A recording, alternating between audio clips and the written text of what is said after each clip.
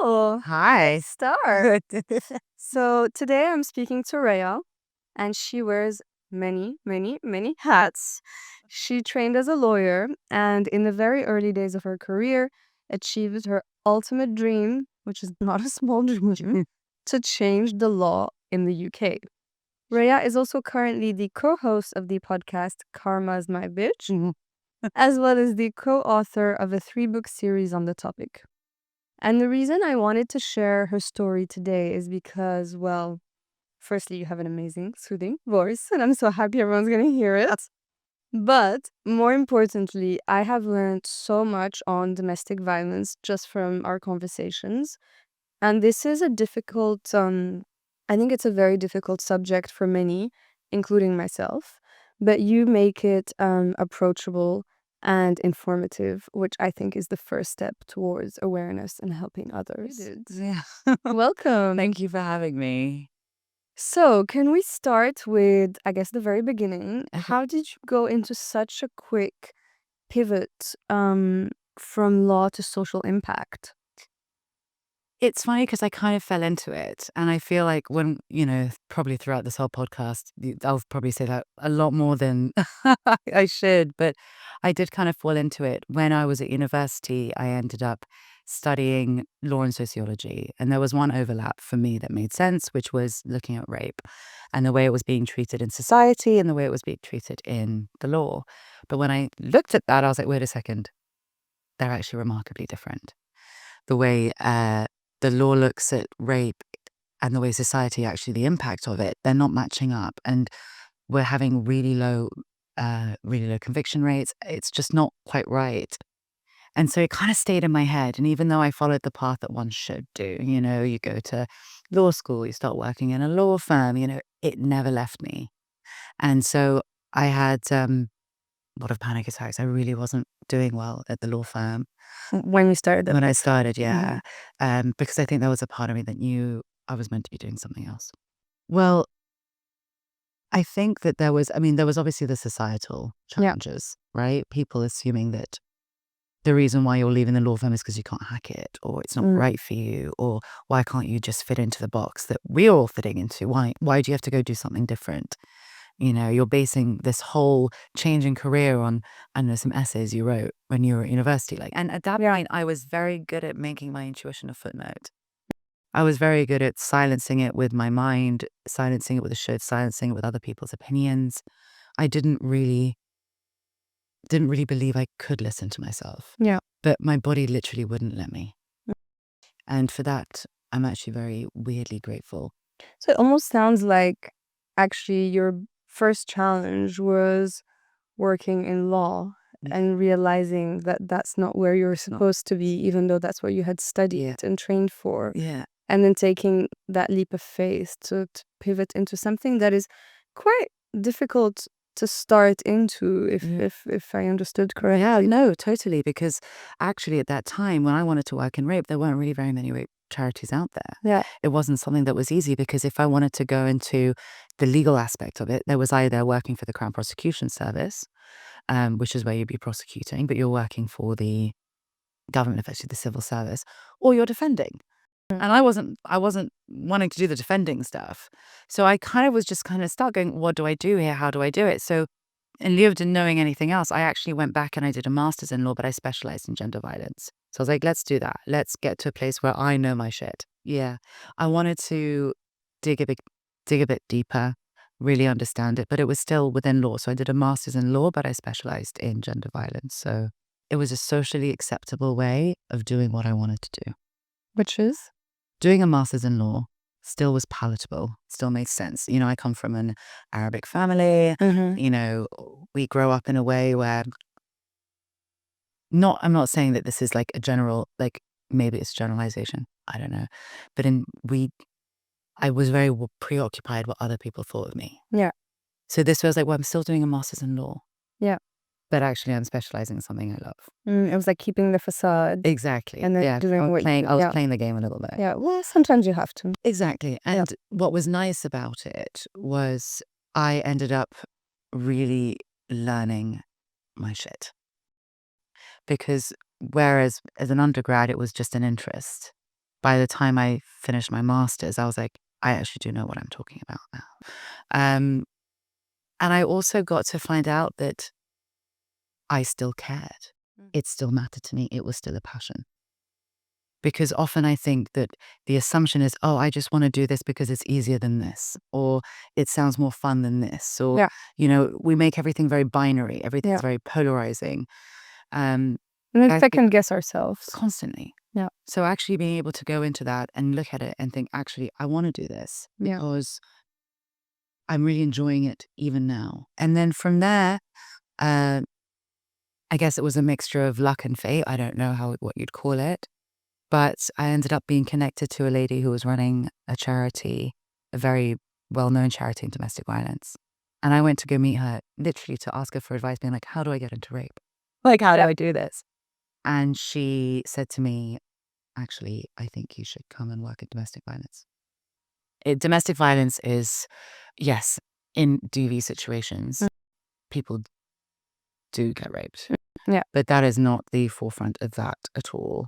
But for me, I think what was interesting is it was still that idea of a power balance. And the truth is, I was always fascinated by relationships. Relationships have always been something that I am drawn to learn, to understand, even my jobs now, it's still what I do. So for me, rape was an aspect of the dysfunction of relationships. And domestic violence was that, but just bigger. In my head, I'm coming at it as a young girl thinking that relationships are amazing, Yeah. And then, but you get to a place where people are dying. Yeah. How does that happen? Yeah. How does that work? What can we do to stop that? And what underpins it all? And that was, I think, what really drew me to go to saying yes. And at the time, they didn't make much sense. It just felt right. So you said yes, and then what happens? It kind of set you on a path. So I started working at first, a very small job helping, and then the job came up for something called a um, merit quality assessor. So effectively, it was there are I don't know how much detail to go into, but I'll give it. And so there's a type of domestic violence which is high risk, and that means you're most likely to be either seriously injured or killed by your partner. And in those situations, what you tended to have was there are a lot of different government agencies that are working with one victim, and they're all seeing different parts of that. And they're also often working with a perpetrator, and they're also all seeing different parts of that. But no one's speaking to each other. So what you end up having is each agency is dealing with a specific fragmented piece that no one's actually talking to each other. So these women in Wales realized this, and created something called a multi-agency risk assessment conference. That's what I call MARAC, where you would get those agencies round a table and they would all share the information so you could be able to come up with a full picture of what was going on, and also then put in a proper risk assessment plan. And the one thing that you also needed in that meeting was an advocate for the victim, which is called an IDVA. And It's called, sorry? IDVA, which is Independent Domestic Violence Advisor. So they are literally the victim's voice. And so I was one of the people that was being sent out across the country to watch the meetings, see what's going on. And I was a kid. How old were you? I was probably, if I do the maths, but like max probably 25. Yeah. But I think that's kind of what you needed. You need that energy. You needed that energy, you needed that passion, and I needed that ability to disconnect. So how did you do that? For me, it was always something that wasn't. I almost watched it like it was a movie. I knew they were real people. I knew because I was at points seeing like hundreds of cases a week. I had to emotionally disconnect, and I was lucky because I will have always the utmost respect for the adverse and the people who are frontline. It's something that I'm not sure I'd be able to do. They're much more exposed to the reality. Yeah. My responsibility was helping them. As I said, I was young and I was passionate and I wanted to change the world. Yeah. For me, when I was, going back to that, when I was at university and I was looking at how the law was dealing with something that society was being affected, it was just such a disconnect between them. Yeah. Because I studied law, I'd worked in a law firm. I used to read books in courtrooms when I was a kid, like that stuff, I loved it. So for me, the idea that it was failing, it bothered me. And so I was like, okay, well, here is a way where the agencies aren't failing. But I was still seeing it. I was still seeing when we were in those meetings, and I was like, but unless, you're seeing someone committing, like, I don't know, GBH, ABH, rape, all those things, what can you actually do here? So I was still being confronted by the fact that law was not working when it came to protecting people. And it bothered me. Yeah. So I was like, especially then when I was so idealistic and, the law felt like God in some ways and it wasn't performing. Yeah, I mean, the law represents justice, right? Yeah. And when you see that there is injustice and that the law is letting that happen, Oh, it drives you insane, especially when you've like studied it and trained and loved it, it. and you loved it. Yeah. Exactly. It made sense to me. And all of a sudden it wasn't making sense anymore. And then I got to see it and it still wasn't making sense. Yeah. But as I said, I was passionate. I cared about what I was doing and I loved it. So I was very happy. And, it was interesting because all those people that assume that, oh, she just doesn't want to work or she doesn't like working in a law firm. I was working longer hours. I was traveling. I loved it. It takes even more, I would say. Yeah, emotionally. But I was fueled by some joy that I couldn't quite understand. So when I left that job years later, and another serendipitous meeting, through another serendipitous As it meeting. always is. It always is. When you're doing the right thing, right? When you're following your intuition, your passion, somehow. We're not always conscious of it. No. But yeah, when we are on the right path, doors open up. It's crazy. And the second door was even crazier than the first, doing my nails. And I just heard some people talking next to me about an event, and I was kind of half listening. And one of the girls turned around and noticed that I was listening. She goes, we started chatting. And I said, oh, I just, left my job. She goes, it's so funny. I was just with a girl who started a domestic violence charity. I'll hook you up. So it was just like random. And it just kind of, which led us to having lunch together. I mean, this is when you know. Yeah. You're like the universe got this for you. It got it. Yeah. Yeah, it was lovely. And so we went for lunch, and by the end of lunch, we'd agreed to run the charity together. That's amazing. And it was lovely. And then I remember she said to me, she was like, what's the one thing you want to do? And I just looked at her and goes, I need to change the law. And I was like, yeah, let's do this. She was like, okay, how do we do this? I was like, well, actually, one of the ladies I used to work with just managed to make stalking a crime because she's gone and set up a stalking charity with some others. So let's go meet her. So we went, and kind of from there, it was kind of all born, really. Yeah. Because domestic violence wasn't a crime. It still isn't. Can you explain more about that? So at the time, the issue was we had a definition of domestic violence, and then which was out there. And we also then had discrete criminal acts, which could be within a relationship, but also could not. So GBH, grievous bodily harm, ABH, actual bodily harm, rape, financial control. You had all of these crimes kind of floating about, and you had a definition. But that's not what domestic violence is. Not one act or even 2 acts or even 3 acts. It's a pattern of abuse. Yeah. And so the law wasn't like what I realized when I was a lot younger. The law wasn't accurately framing what was going on. And technically now domestic abuse is a crime because the pattern of abuse is a crime. Okay. It's just not called it. It's called coercive control. So it's called coercive control. So coercive control is effectively when one party is controlling another. And that can be through many different ways. So some people say it's emotional. It can be it's emotional abuse, physical abuse, mixture of the two, but it's the pattern. And how do you prove emotional abuse? So the law as it stands is twofold. So you need two things to create a criminal act, like to make a crime. Falling in my words, but you need 2 things: intention and act. So, for example, let's take murder.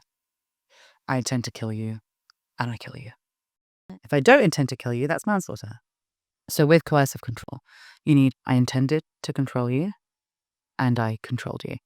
And the way in which they figure out the second one is that if I was a reasonable person with all the facts in front of me, would I also have changed my behavior? So it's based on the victim, whether in a neutral context they would choose that or not. Exactly. What if the victim is not aware that they are being subjected to this kind of manipulation?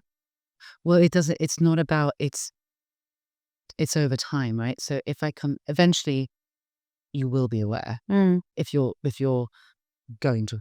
I think at the beginning with anything, often you don't quite realize what's going on. And that's partly, and this is just as a side note, that's also partly the way we frame romance and the way we frame love and the way we frame relationships. Yeah. That some of it is actually quite toxic. Yeah. It happens all the time, right? Masculinity and toxic. The way women are framed in it. And all of that is changing and it's amazing. Thank God it is. But it's not coming from nowhere. So, and then you also have the flip side of that where everyone's a narcissist.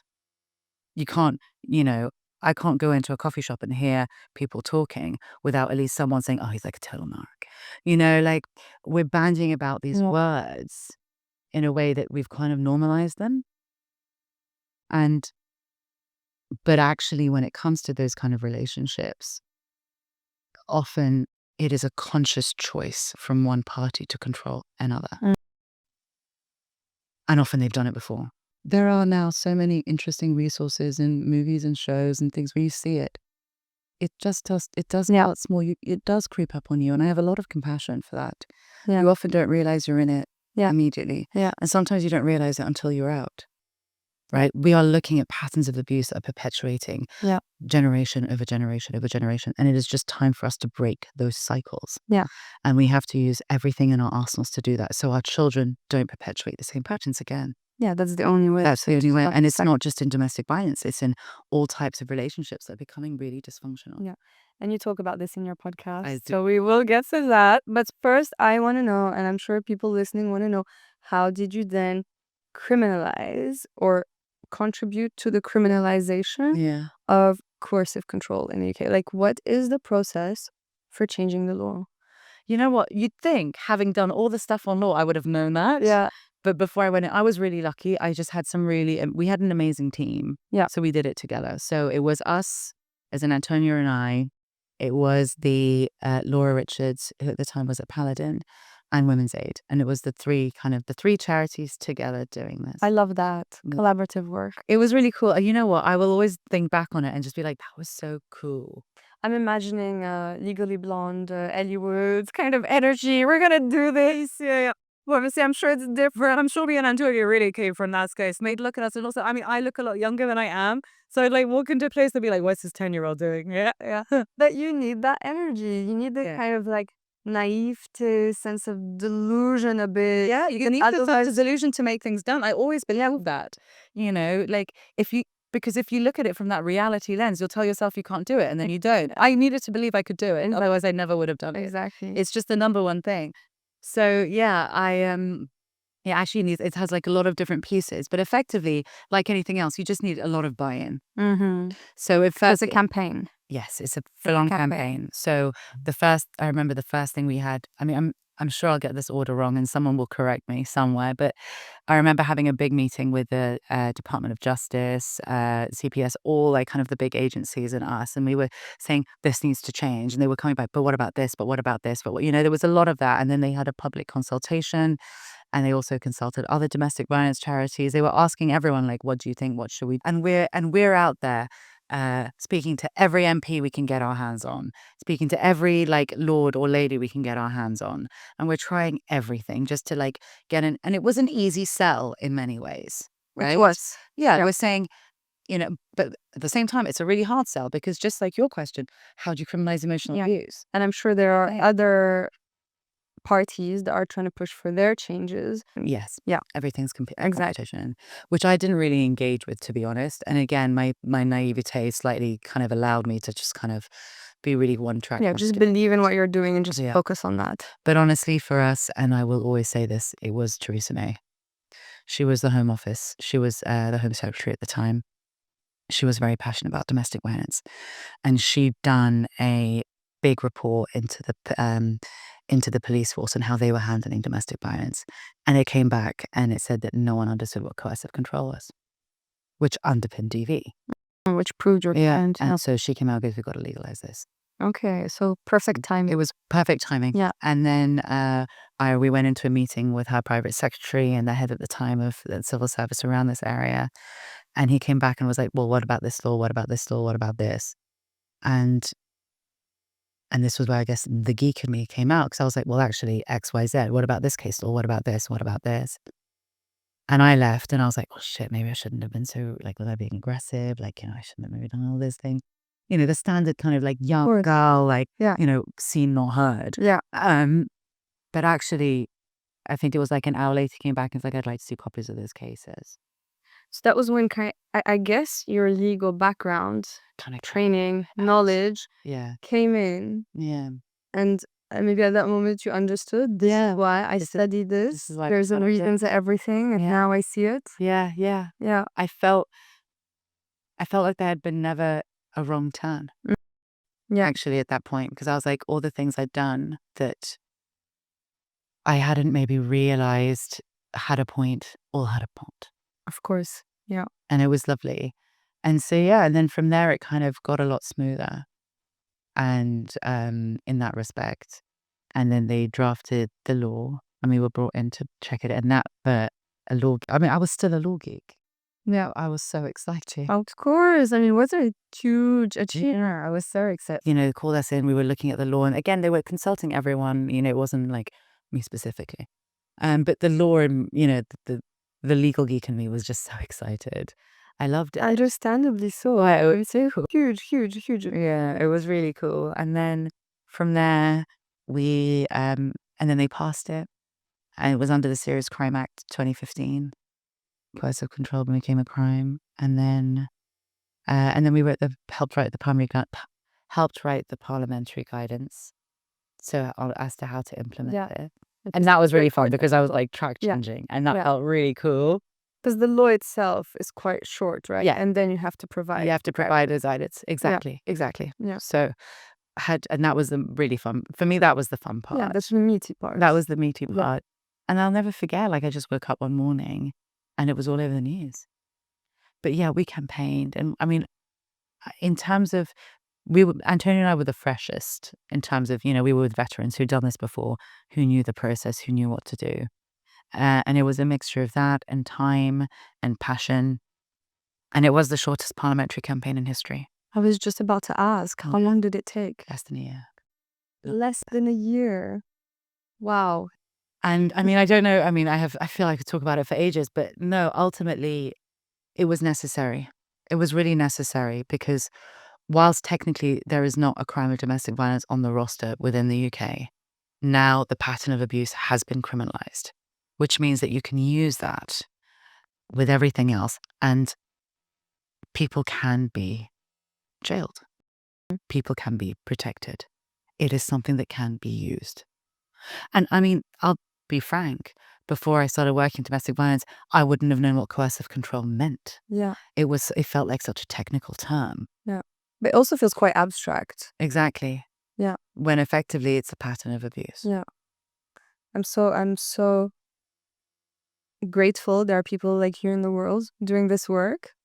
Well, we built on the existing work of people who come before us, and then since us, people have come and built on it again. It's all together, each person in their own time, in their own decade, with their own strengths, make one step of the process. Exactly. Yeah. And since then, I mean, you see people being charged with it. You see people being imprisoned for it. It's definitely made an impact, and we see other countries now adopting it as their own laws and coming. I remember someone from Australia came to meet us, just to ask how we did it, what it meant, what it did, because they were going back to start their own campaign to do there.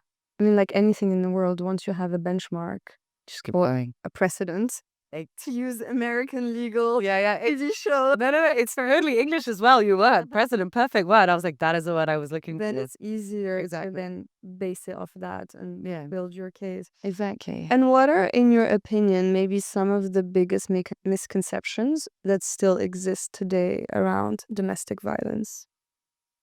So the big one for me is, why doesn't she just leave? Yeah. And it's funny because before I really understood the topic, I could also understand why people would say that. It makes a lot of sense. But actually it makes no sense at all. And often the most dangerous time where you're most likely to be killed by your partner is when you do leave. So you know when it's safest to leave. You know when it's safest to stay. And instead of asking why doesn't she leave, we really should be asking, why is that happening? Yeah. As a society, Refocusing the responsibility on why is the person doing this rather than the victim. Why is the victim not doing something about it? exactly. Yeah. And I think Can I just go back to what you said? The most dangerous moment is when one of the most dangerous is when the victim decides to leave. yes, How so? because the perpetrator is not being able to control them anymore. So It's their weakness. what do you do if you can't control? Or you react. Yeah. And you escalate. Yeah. And sometimes that escalation goes the whole way. Yeah. If you think about how many women are affected by domestic abuse in a year, how many women are killed by their partners and ex-partners in a year, it's something like 2 a week. 2 a week in the UK. It was. I don't know whether that's changed now. It was 2 a week. That we know of. That we know. Are women killed by their partners or ex-partners. It's a lot. And I saw a case where he hadn't hit her once. It was all coercive control. And now I'm not saying this to scaremonger and be like, everyone be careful, don't leave your partners. No. I'm not saying that at all. No. And I'm not saying that, I'm just saying that we cannot know what it is like to be in a relationship like that. And that is why there are specialist people out there. Yeah. And fantastic services who are there to help. So anyone that is listening that either thinks they're in this kind of relationship or they think they know someone who is in this kind of relationship, what is the safest step? What should they do? Seek professional help. In which form? So you literally can go Women's Aid website. There's a whole page. It shows you, like, it has everything. And on there, they also have the link. There's a 24-hour domestic violence helpline run by Refuge. You can call. There's live chats. There are services that you can go to. If you are in danger or if you believe you're in danger, go straight to the police. There are lots of things that you can do. Yeah. But if it's your friend or if it's someone you know, listen. I think that we tend to, maybe without realizing it, judge people who are in those situations where actually we can't ever know what they're going through. And they deserve our respect. Yeah. And that's why for so long people move from victim to survivor and this to that. Like, it's just, they are a human. And it's not their fault. Yeah. Even if they think it's their fault, because that's what they've been led to believe. Yeah. It's not their fault. There is always somewhere to get help. Yeah. And I think it's really important to know that. Yeah. But I think it's also really important to know that there's a difference between taking responsibility and blaming. And I think that's the line that we were just discussing. Because actually, when you take responsibility, you say, it's safer for me right now and my children for me to remain here. But isn't that empowering in some ways? Yeah. I mean, we cannot approach any of this with judgment. And it's interesting because whilst this is now criminalized and it is a legal recourse, and that's really important, and it goes a long way to bringing society and the law to some kind of equilibrium, right? We're not there yet by any stretch of the imagination. But as we said, it's building blocks. But yeah. Thank you so much. Thank you for having me. Lessons in this conversation. Oh my God, thank you so much for having I me. feel like we've gone around the world. Yeah. Like, So many different professions, so many different perspectives. Thank you. I hope it helped. And thank you so much. This was lovely.